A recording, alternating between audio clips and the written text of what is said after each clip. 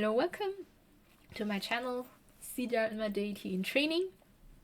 My name is Ying, and today's video is a little bit different as always because I got again the same question: what is the difference between Wuxia, Xianxia, and Xuanhuan? So this is like a question I get, I would say, every half a year by different people, and then there will be a huge discussion on Discord or Reddit or wherever that question comes from. And actually, for most people, like from the Chinese culture, is actually pretty clear. But like for international audience, this is always like a huge question mark. Picture actually on Reddit, and I think it explains it very well and very clearly. So you have Wuxia, which takes usually in the human world, and yeah, because people are so good at martial arts, they still can fly, but it doesn't mean that they are immortal or have, like, I would say, magic powers or something. A line between Wuxia and Xianxia is spell formations. So if they cast spells or make formations to summon something, that actually is a sign for, like, how to say, I don't know, physical abilities turning into magic, and then it's usually a Xianxia.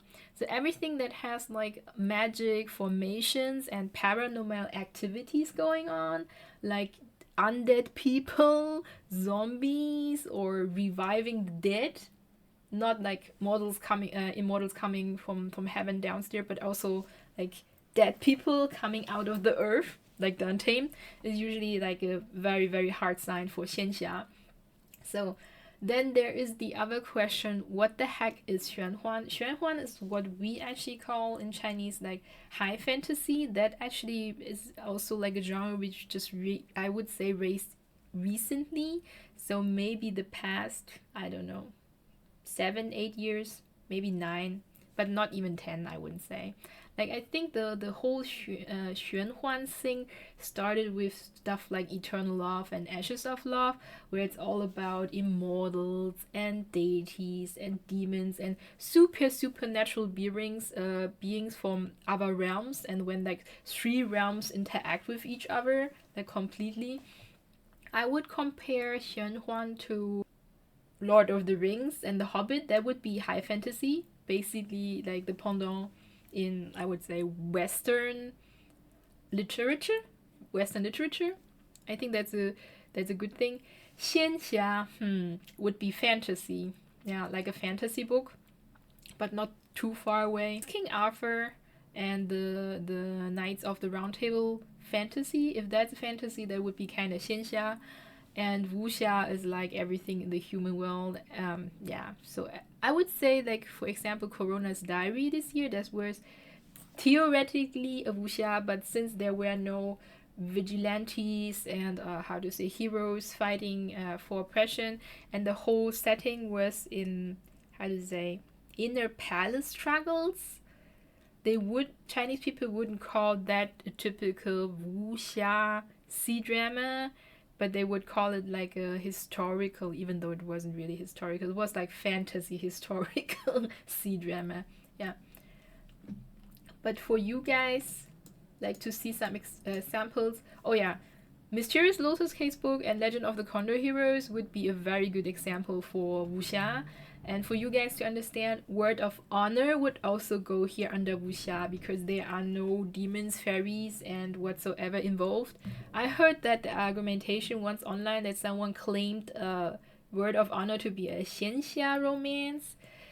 I think Priest would hardly agree with that one, because the author would hardly agree with that one, because when she wrote that Wen Kexing comes from the Ghost Valley and that he is ghost, it doesn't literally mean that he is actually an undead spiritual being, that he is a ghost. The humans who live in the Ghost Valley, they just call them ghosts, okay, but they still can die if you kill them, and they don't come back usually as a, how to say, a resentment or something. Oh yeah. And if resentment and rebirth is involved, as you can see here, the Untamed is a good example for a typical Xianxia. We have a love game in Easter fantasy. That's actually even more complex because that's a transmigration Xianxia.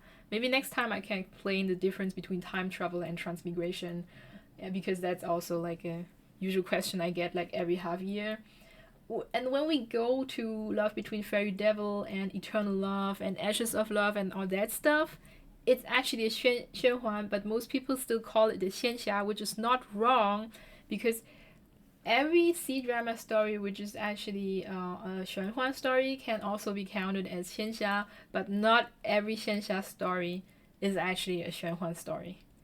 That's the confusing part about this, because this line is kind of blurry in one way but not in the other way, and the line between like Wuxia and Xianxia is usually pretty clear. So in Mysterious Lotus Casebook, if someone dies, that person stays dead unless that person wasn't dead from to begin with, so it was a fake death. All right. In Xianxia, it's possible. Even if someone dies, you can somehow revive them and bring their, I don't know, spiritual whatsoever back, put it in their corpse, and they will live up like Wei Wuxian did in the Untamed. And beyond Xianxia, like when you're at Xuanhuan, is like all over the place. It's about dying and being reborn into another life, and then meeting again, and then dying again. I think a good example of that one would be Love You 7 Times. So you get 7 times reborn into another role, and you love that person 7 times all over again. Yeah. And it started all with Eternal Love. Yeah, it all started with Eternal Love. They started this whole, how to say, deity tribulation thing. Be like deities are going into tribulation and therefore are reborn on Earth as a human being, and then they have to go several times through that circle to, how to say, redeem themselves, either as a punishment or as a way to rank up in their immortality rank. God, is that complicated? I thought it would be easier to explain this, honestly, but it's not. So, if you like the explanation for what is actually the difference between Wuxia, Xianxia, and Xuanhuan, please like and subscribe to the channel.